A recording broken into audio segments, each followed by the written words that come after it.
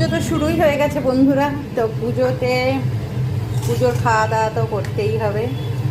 তো আজকে রাতের মেনুতে আছে এই যে গরম গরম পরোটা ভাজছি এখানে, আর তার সাথে করেছি, আমাদের বাড়িতে সবাই ময়দার পরোটা খেতেই ভালোবাসে, সাদা সাদা লাল আটা দিলেই মোটমাট আর আমার ছেলেরা খেতে চাইবে না। এখানে পরোটা ভাজা হচ্ছে, আর তার সাথে এখানে আছে